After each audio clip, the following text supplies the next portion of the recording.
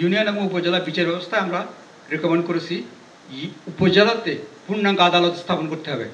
ফৌজদারি এবং দেওয়ানি পূর্ণাঙ্গ আদালত উপজেলা পর্যন্ত যেতে হবে, এবং এটা কোনো নতুন অভিনব বিষয় না, এটা আগে ছিল এবং এটা খুব ভালো ফাংশন করেছে।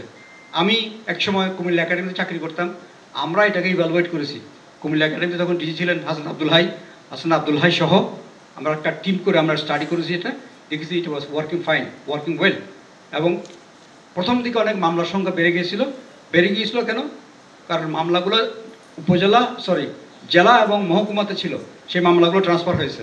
অনেক বছর ধরে মামলাগুলো পড়েছিল জেলা এবং মহকুমায়, সেগুলো ট্রান্সফার হয়েছে উপজেলায়। মামলা একসাথে 500-600 হয়ে গেছে।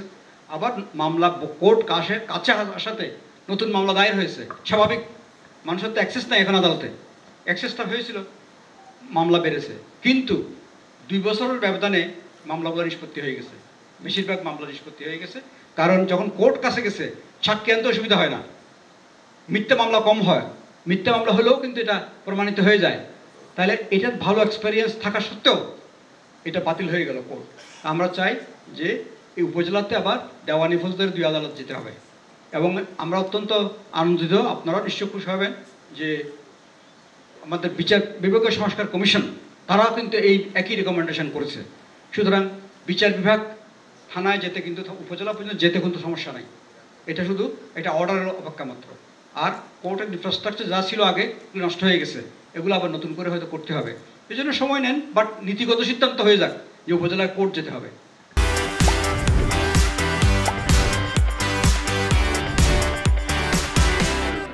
আচ্ছা, এখানে আরেকটা সিস্টেম আমরা অ্যাড করেছি, সেটা হচ্ছে এখন ইউনিয়ন পরিষদ লেভেলে গ্রাম আদালত নামক একটা আদালত আছে।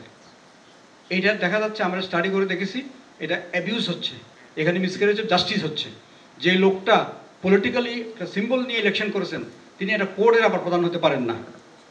কোর্ট চালাতে গিয়ে উনি এটা ঠিকভাবে চালাতে পারেননি, বা কোর্ট হয়নি, এটা বিচার হয়নি, যার ফলে মানুষ আবার সালিশে ফিরে গেছে গ্রামে, অথবা সালিশও এখন করতে পারছে না, যেহেতু এটার কোনো সাপোর্ট নাই। আর রুরাল এরিয়াতে কিন্তু এক ধরনের মাস্তানির কারণেও কিন্তু ওখানে আসলে বিচার সালিশের এটা বাধাগ্রস্ত হয়েছে।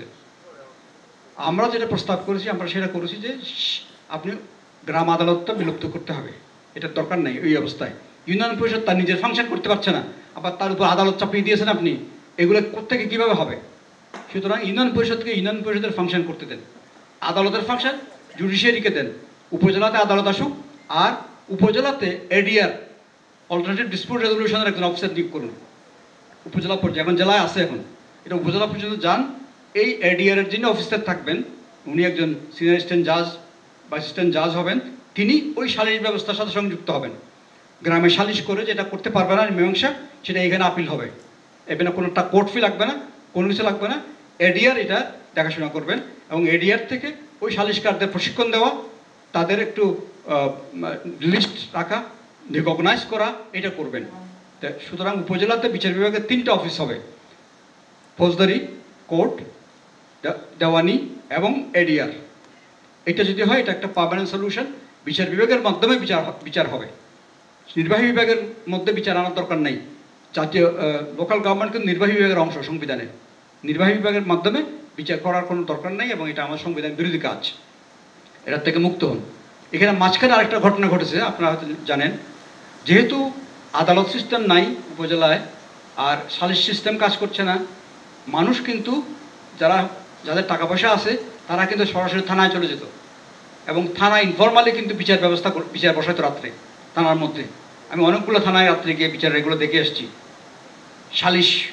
সালিশের নামে থানার মধ্যে কোর্ট বসাইতো প্রায় 5-6টা রাত্রে সালিশ হয়।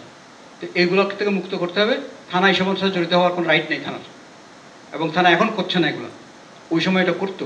সুতরাং উপজেলাতে কোর্ট, এটা কিন্তু একটা বড় ধরনের সলিউশন।